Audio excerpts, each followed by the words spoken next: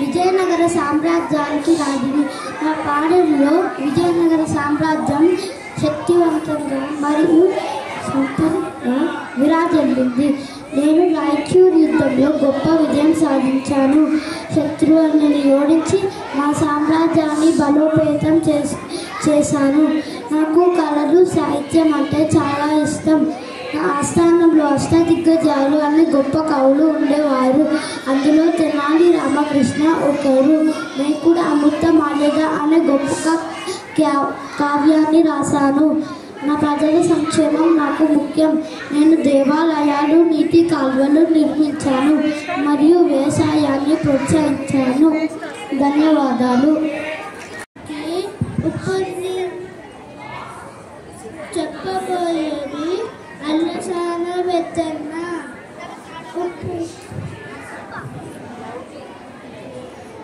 నేను అల్లసాన వెత్తన్న అనే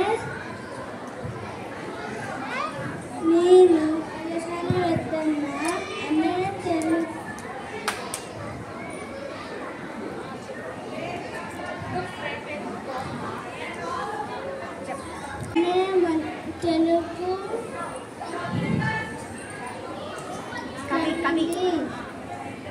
శ్రీ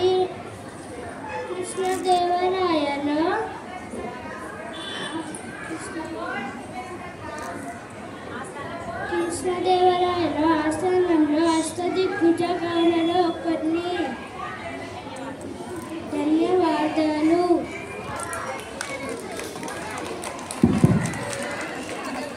మన ముందుకి నంది తిమ్మన గారు రాబోతున్నారు. అందరికీ నమస్కారం. నా పేరు మహాకవి నంది తిమ్మన. నేను శ్రీకృష్ణదేవరాయల వారి ఆస్థానంలోని అష్టదిగ్గజాల్లో ఒకరిని. నన్ను ముక్కు తిమ్మన అని కూడా అంటారు. నా రచనల్లోన అతి ప్రసిద్ధి గాంచినది పారిజాతాపహరణము. ధన్యవాదాలు. ముందుకి మాదయ్య గారి మల్లన రాబోతున్నారు.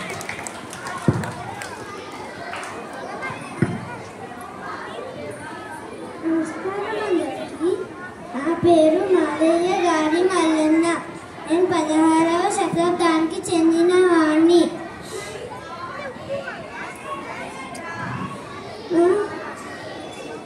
అష్టదిగ్గజాలలో నేను శతాబ్దంలో కవిని. మొదలు సభకు వందనం. నా పేరు దూర్జటి. నేను శ్రీకృష్ణదేవరాయల వారి భువన విజయంలోని అష్టదిగ్గజాలలో ఒక కవిని. నేను పరమశివుడు భక్తుణ్ణి. శ్రీకాళహస్తీశ్వర శతకమును, శ్రీకాళహస్తి మహత్యము అనే ప్రబంధమును రచించినాను. నన్ను శ్రీకృష్ణదేవరాయల వారు స్తుతిమతి అయిన ఆంధ్ర కవి అని కొనియాడారు.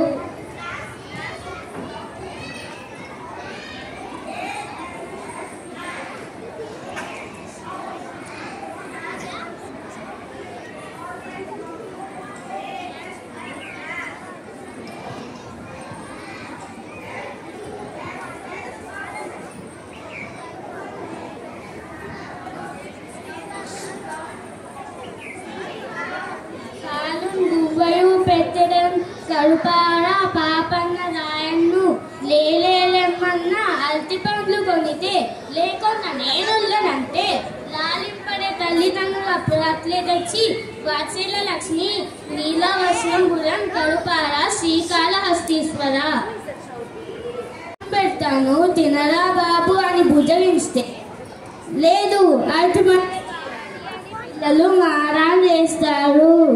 అప్పుడు తల్లిదండ్రులు అలాగే తెచ్చి ప్రేమతో తినిపిస్తారు. అలాగే భక్తులైన మమ్మల్ని భగవంతులైన మీరు అలాగే ప్రేమతో భుజగిస్తారు కదా శ్రీకాళహస్తీశ్వర. ధన్యవాదాలు.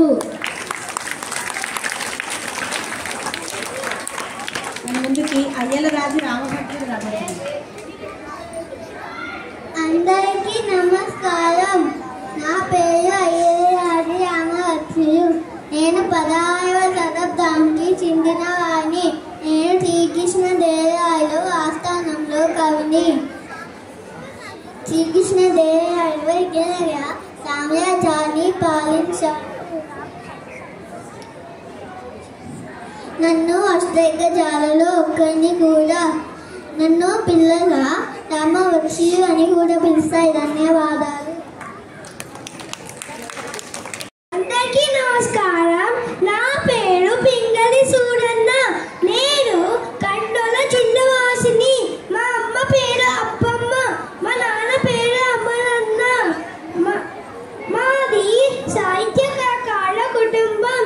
16వ శతాబ్దంలో విజయనగర సామ్రాజ్యంలో అష్టదిగ్గజాలలో ఒకరిని. నేను నాగోపాలని రచించాను. ధన్యవాదాలు.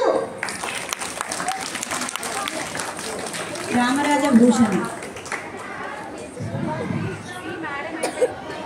నమస్కారం అందరికి. నా పేరు రామరాజ భూషణుడు. నా పేరు పట్టుమూర్తి. రాయల వారి ఆస్థానంలో అష్టదిగ్గజాలలో ఒకరిని. నేను 16వ శతాబ్దానికి చెందిన వాడను. నేను పుట్టినది బళ్ళారి. నేను రచించిన ప్రముఖ గ్రంథము వసుచరితము. ధన్యవాదాలు.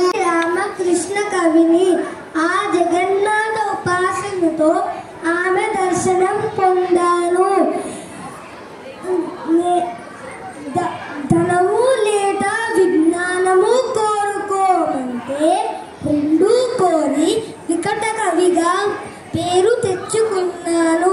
విజయనగర ప్రభు శ్రీకృష్ణదేవరాయల అష్టదిగ్గజాలలో ఒక్కడిని. నా కవిత్వంలో హాస్యం ఇంకా చమత్కారం వాడడం ఎంతో ప్రియము. హిందూ ధర్మ రక్షణ కోసం నేను చేసిన కొన్ని ప్రయత్నాలు విఫలమైనప్పుడు ఆ జగన్మాత రక్షణ అనుభవించిన అదృష్టవంతుడిని. ధన్యవాదములు. విజయనగర సామ్రాజ్యంలో ఉన్నటువంటి కృష్ణదేవరాయల ఆస్థానంలో ఉన్నటువంటి కవులు. ఇందులో చివరగా వచ్చిన కవి ఎవరు? ఎవరైనా తెనాలి రామ. ఆయన చేసినటువంటి ఒక చిన్న చమత్కారం మీ అందరికీ చెప్తాను, వినండి, శ్రద్ధగా వినండి. ఒకరోజు రాయలవారి ఆస్థానంలో రాయలవారు అందరికీ 50 కాసుల మూటని ఇచ్చారు. 50 కాసుల మూటగా, అంటే ఇంత కుప్పగా, 50 కాసుల కుప్పగా ప్రతి ఒక్కరికి, దిగ్గజాలలో ఉన్నటువంటి ఈ కవులందరికీ కూడా ఒక్కొక్కరికి ఒక్కొక్క 50 కాసుల మూటని ఇచ్చిన తర్వాత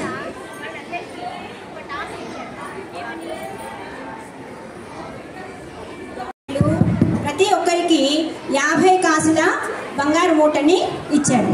ఇచ్చిన తర్వాత ఒక టాస్క్ చెప్పాట వాళ్ళకి. ఏమని?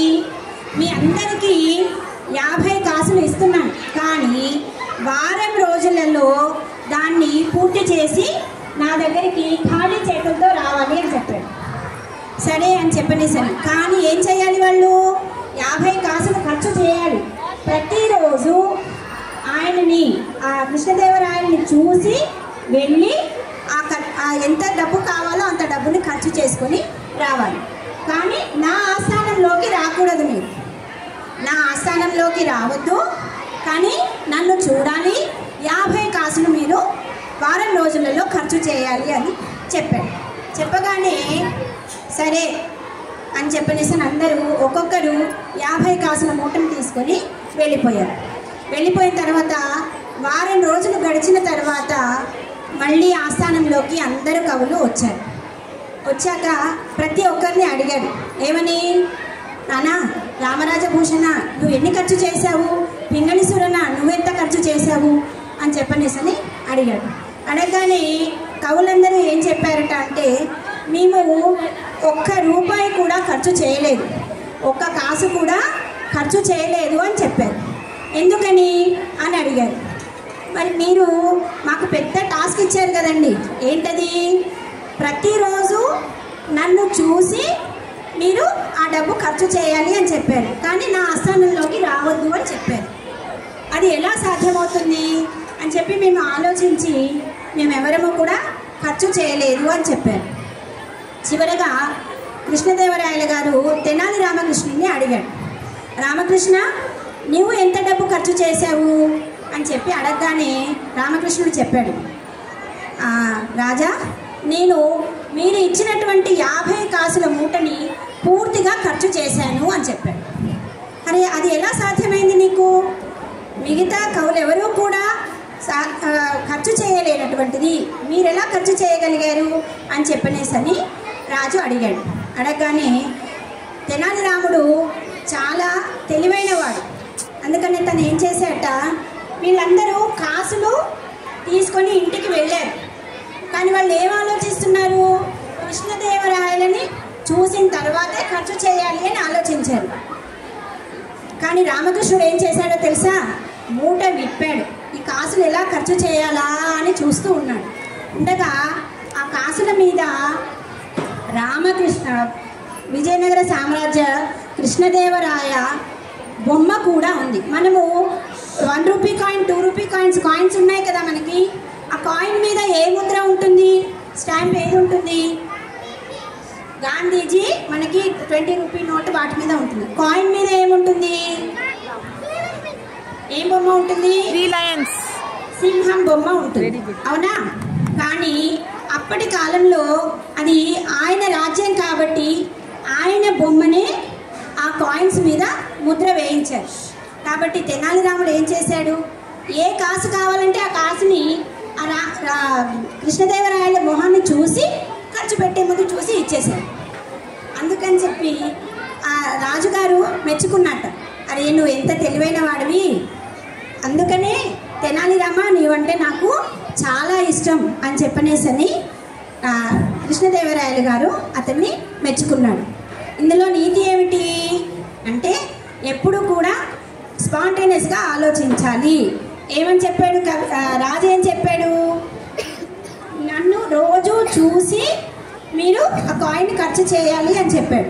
మిగతా కవులందరూ అదే ఎలా రాజుగారు ఆస్థానంలోకి రావద్దన్నారు, కానీ డబ్బులు ఖర్చు చేయాలి అన్నారు అనే ఇదిలోనే మిగతా కవులందరూ ఆలోచిస్తున్నారు. కానీ రాముడు, తెనాలి రాముడు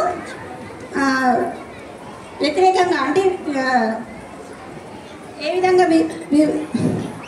వెరైటీగా ఆలోచించాడు. ఆలోచించి అరే కాయిన్ ఉన్నతంగా ఆలోచించి ఆ కాయిన్ మీద కృష్ణదేవరాయల బొమ్మ ఉంది కదా, ఆ బొమ్మను చూసినా మనం రాయలవారిని చూసినట్టే అని అనుకొని ఆ డబ్బు అంతా కూడా ఖర్చు చేశాడు. అప్పుడు ఇంకో 50 కాసుల ధనాన్ని తెనాలి రామునికి కృష్ణదేవరాయలు అతన్ని సన్మానిస్తారు. ధన్యవాదాలు అందరికీ. ఇప్పుడు మన ముందుకు ఊటుకూరి లక్ష్మీకాంతమ్మ గారు రాబోతున్నారు. అందరికీ శుభోదయము. నా పేరు ఊటుకూరి లక్ష్మీకాంతమ్మ. నేను పుట్టిన కాలం 1917 నుంచి 1996. నా తండ్రి పేరు నానా కృష్ణారావు, నా తల్లి పేరు సుశీలమ్మ. నా జన్మస్థలం ఏలూరు. నేను రాజమండ్రి విద్యార్థిలో చదువుకున్నాను. అందరికీ ధన్యవాదాలు. ఇప్పుడు మన ముందుకి రంగనాయకమ్మ రాబోతున్నారు.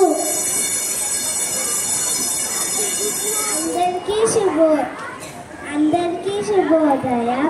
నా పేరు రంగనాయకమ్మ.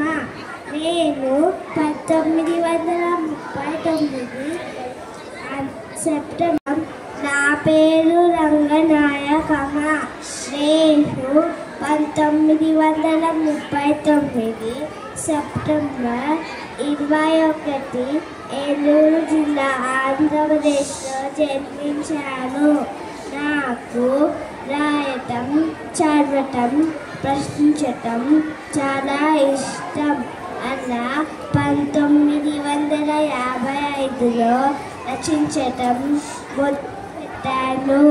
నా రచనలు సమానత్వం, కుల వ్యతిరేకత, స్త్రీల గురించి ఉంటాయి.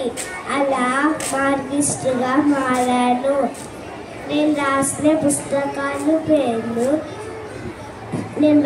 పుస్తకాలు పేరు రామాయణ విషవృక్షం, జానకి విముక్తి, పేకమేళలు, కూలిన గోడలు, కృష్ణవేణి. నా రచనలు.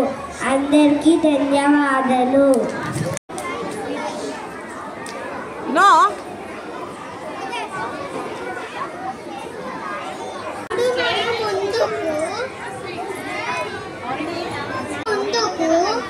అన్నయ్య గారు రాబోతున్నారు.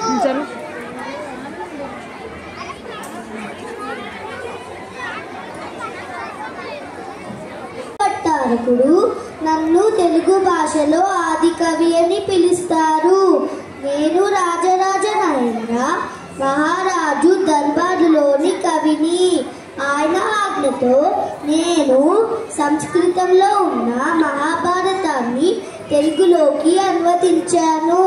నేను చెప్పింది ఏంటంటే మన తెలుగు భాషను ప్రేమించండి, ఇంకా గౌరవించండి. ధన్యవాదాలు. సూరి రాబోతున్నారు.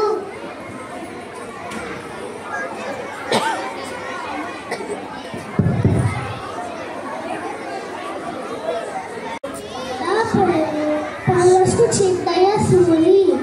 నేను తమిళనాడులో 1909 జన్మించాను.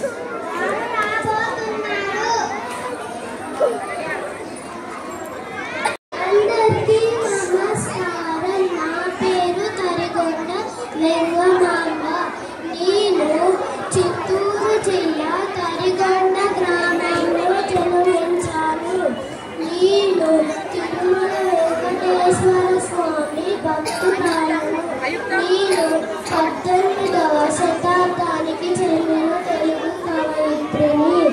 నేను వెంకటాచలమహత్యము వంటి ఆధ్యాత్మిక కావ్యాలు రచించాను. నా పేరు మీద నిత్య అన్నదాన సత్రం.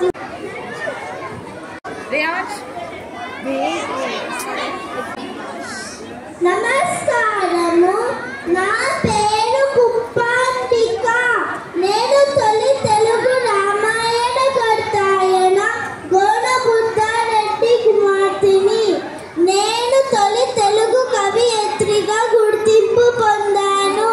నేను వీరపుత్రిని, వీరపత్రిని. నేను రాసిన కవిత నవజాతాంబకుడేయు, సాయ కమలన్, వర్జింగ్ పగడాలు. నూతన బాల్యాధిక యవ్వనములో మదికిన్ ధైర్యము రానీయ. ధన్యవాదాలు. ఇప్పుడు మన ముందుకు రాబోతున్నారు. అందరికీ నమస్కారాలు. నా పేరు గొల్ల. నేను శివభక్తురాలిని. నేను 16వ శతాబ్దంలో గోపవరంలో పుట్టాను. మా నాన్నగారి పేరు కేశవ శెట్టి గారు. మొల్ల అనగా మల్లె పువ్వు. 2017వ సంవత్సరంలో నా పేరు మీద పోస్టల్ స్టాంపు ముద్రించారు. మీ అందరికీ శివుని దీవెనలు. ధన్యవాదాలు. నేను వాల్మీకి రాసిన రామాయణాన్ని మొల్ల రామాయణంగా రచించాను. ధన్యవాదాలు. తెలుగులో మనం కంటే గ్రేట.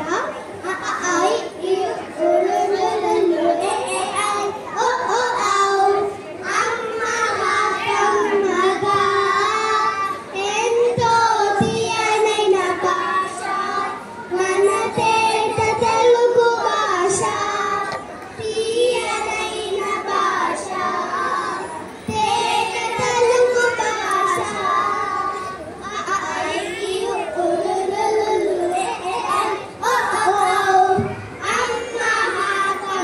మరిసేయులు తినగ తినగమే సాధారణ పదమే ఇది మధ్యం.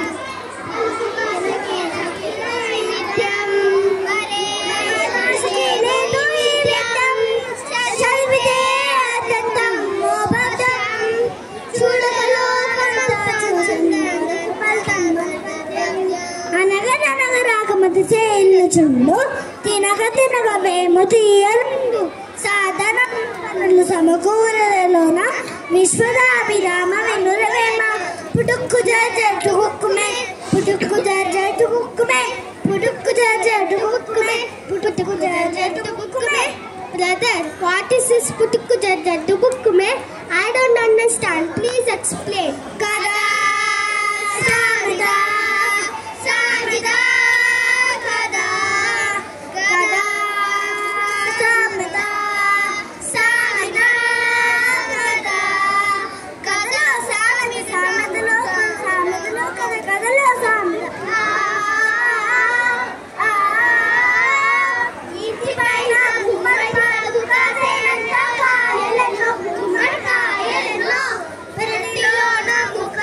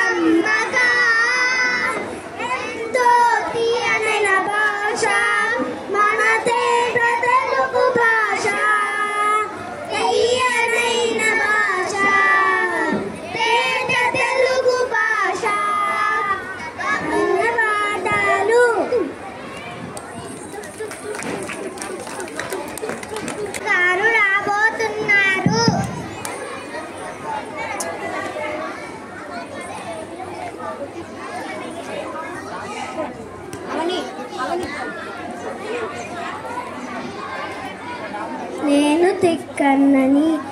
నేను 13వ శతాబ్దానికి చెందిన వాడిని.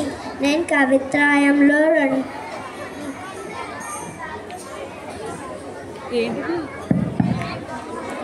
నా పేరు కాళోజీ. నేను 9 సెప్టెంబర్ 1914లో జన్మించాను.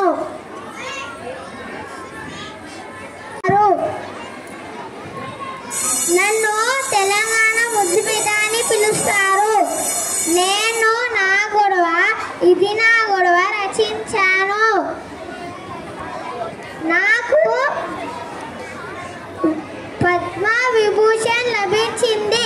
ధన్యవాదాలు. ఇప్పుడు మన ముందుకి తాళపాక తిమ్మక్క రాబోతున్నారు.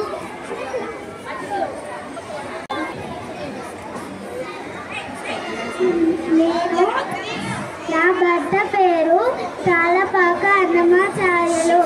నేను సుభద్ర కళ్యాణం లాంటి అందమైన రచనలు చేశాను. నన్ను శ్రీ సాహిత్య పితామహ అని గౌరవిస్తారు. ధన్యవాదాలు.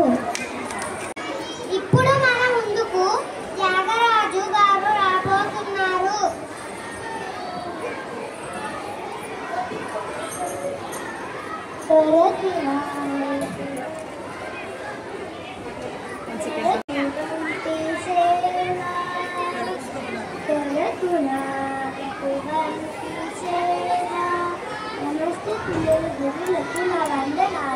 నా పేరు త్యాగరాజు. నేను కాకళ్ళ వంశకు చెందిన వాడిని. నాకు రాముడు అంటే ఎంతో ఇష్టం. నా ప్రతి పాట రాముడికే అంకితం. నేను తమ్ముళ్ళ పట్టుకుని రాముడి పాటలు పాడతాను. అందుకే నన్ను నాద బ్రహ్మ అంటారు. ఎందరో మహానవాళ్ళు లాంటి పంచరత్నాలు రాశాను. మనం అందరం కూడా పాటలతో భగవంతుని సేవ చేద్దాం. ధన్యవాదాలు. ఇప్పుడు మన ముందుకి శ్రీనాథుడు రాబోతున్నారు.